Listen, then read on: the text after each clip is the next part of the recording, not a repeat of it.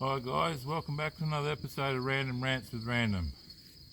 I'm at Cooktown Crossing at the first camp of my 3-day moto camping trip. So I thought I'd do a little fireside yarn. So yeah, Cooktown Crossing. The last time I was here was in 2007 with a very good friend called Dougie. And it was a couple of days before New Year's Eve, heading into 2008.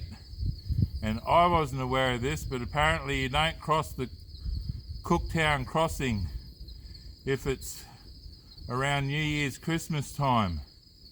So we got down here, pretty much I think where I'm camped now. We set up camp, started cooking dinner, and just as we finished cooking dinner it started raining. So we put a stick down near the creek. The creek's just over here. And kept an eye on the stick. And the water came up the stick very quickly. So we decided we were going to leg it out of here and just get up to the high ground just behind us over here. So I hopped in my old Rodeo, a drop side alloy cab one. And it only had all-terrain tyres, and I couldn't get out. I was stuck here. So luckily Dougie had a V6 Hilux, an old Chevy V6 with mud terrains, and we hooked up the snatching strap and we got both of us up out of here, and then we got up onto the high track and we decided we weren't going to go any further than the high track. Then we started plodding along. And sure enough, Dougie gets a bit excited, and there's a gully with a very steep hill up the other side. And I said, and I could see Dougie was going to go down there, and I was like, no way, don't do that. And I hit the brakes, and by some miracle the snatching strap came off. So I was able to stop, and then he went down into the gully and tried to go up the other side. And unfortunately he kept going up and slipping back and going up and slipping back, and eventually he got bogged in the bottom of the gully. So he called it quits because it was night time, and he was going to let his dogs sleep in the car, but we decided to all sleep in the back of my car up on the high ground. And at this stage there's about a foot of water coming through the gully. And then, so I didn't want to get my car all muddy just yet, so we were all sleeping in the back. And then when I got out for a pee, oh, did I forget to mention we have 5 dogs with us. 2 were mine, 3 were Dougie's. So when I got out for a pee, it was like the blob just took up my spot in the back of the ute. So I decided to jump in the front seat to try and get some sleep. And then just as the sun was coming up, I hear this random, come and help. And I opened the front door of my car and went splosh splosh in the water and thought, holy shit. So then I looked at where Dougie's car was stuck that night before, and it was about not even 100 mil, 4 inches, not even 4 inches of roof sticking out a river going through where he'd gotten bogged the night before, and all his stuff was floating away. So I quickly jumped out and helped him grab all his stuff. And then while he was getting that, and he was going to put his dogs in his car for the night. So it's lucky he didn't do that, because yeah, they might have drowned in the night. So while he was getting his stuff organised, once we got the emergency taken care of, I had to find a way out. So I walked around out here in about knee to hip high water, trying to find a track that was about knee deep. And I found a pretty good one, but there was one bit about thigh deep, and rodeos are also known as low deos, so I was a bit worried. There's a 2.6 petrol, and there's a tree right beside where I had to go, and I just pinned it, and I hit the deep part, and I started floating, and I almost got hooked up on the tree, but I got past it and got out. So I got out. So then we spent the rest of the day winching Dougie's car up out of the gully with 2 high lift jacks. And if you know the trick, you can use high lift jacks as a winching option. So that took us about 6 hours to winch it up about 20 metres of bank up the track. And then we set about draining all the oils and the carby of petrol and trying to clean it out as best we could. Thankfully, people in the area had oil that he could put back in his car. And we got his car going again by some miracle. Even being drowned that deep, the next day it was going again. So the reason I wanted to do this trip, as I've mentioned, is I'm trying to show a track that you can go mainly dirt on now to head up to Cape York. I'm only going to Chillago, but I went up to the Creb track in Cooktown a month ago, and the Creb track's amazing as always. And if you watch the video, I actually dropped Kane in the Daintree River, but managed to pick him up, and he didn't get flooded, and he started up, and we got the hell out of there. But other than that, it's all bitumen all the way to Cooktown. It was so frustrating.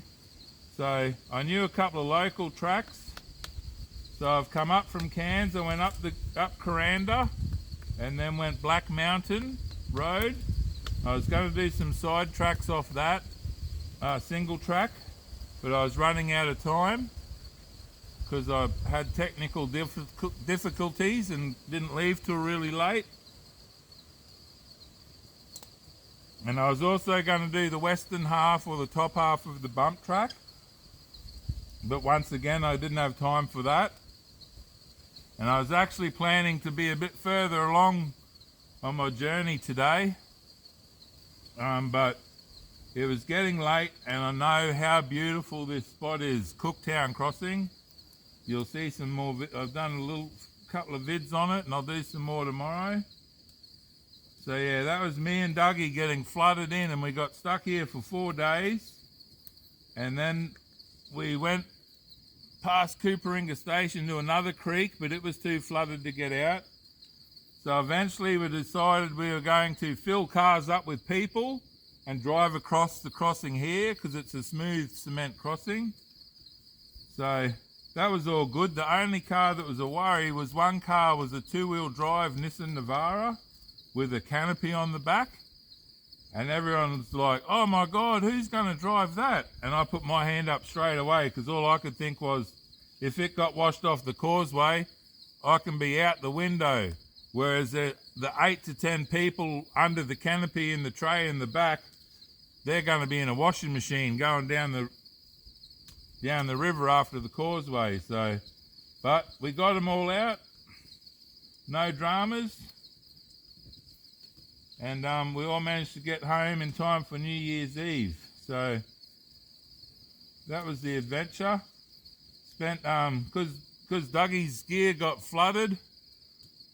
Spent 2 nights sharing a swag, but I assure you we did it the homophobic way. Head and shoulders on the swag, at one end of the swag, and feet out in the dirt. And I'll tell you what, that caned my ankles, sleeping with my ankles on the dirt that night. Ended up putting a towel under my ankles. So thankfully we had enough food to get us through, and we were able to call people at Cooperinga Station, which I will see tomorrow, to let them know that we're all right. So the other side of this trip is actually also a memorial for Dougie. Here's actually, I was 53 this year, and I think he is 1 or 2 years younger than me. But I used to go camping with him a fair bit and motorbike riding. He actually was very instrumental in rebuilding Katie's motor, the 525 motor in Katie. Very instrumental in rebuilding that motor. And unfortunately, just after we finished building the motor, he did like a bit of a drink, but I think it got to him a bit much, and he went off the deep end and didn't want anything to do with us. That was about probably nearly 10 years ago. So I haven't seen him for a very long time, and then I found out the other day he's actually drunk himself to death. So that was a very sad story and a bit of a shock to hear from my good friend Dougie. And hopefully tomorrow we'll go to another spot where me and Dougie went camping once. So yeah, like I said, it's a memorial ride for Dougie and a gateway ride to the tip. So there you go, a bit of a Yowie campfire yarn. Sorry, I forgot to give you the twirlers. So, yep, lovely Cooktown crossing. Couldn't think of a better place to be.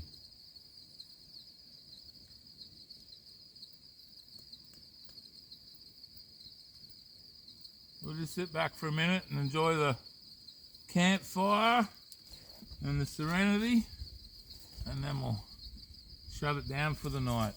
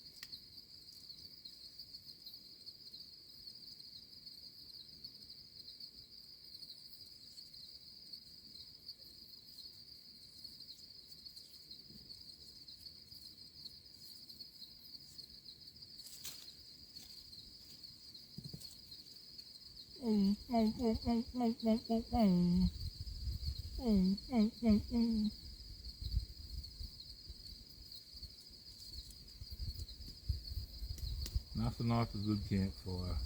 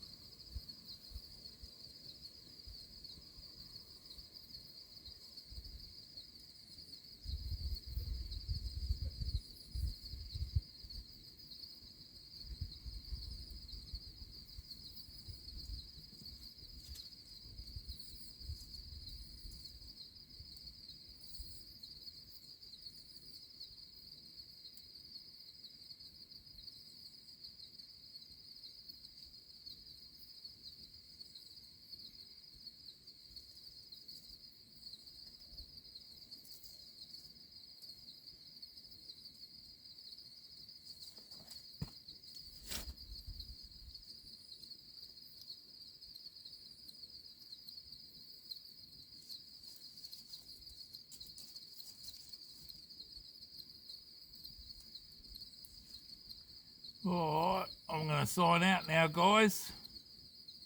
Sit back and chill out at the fire for a while.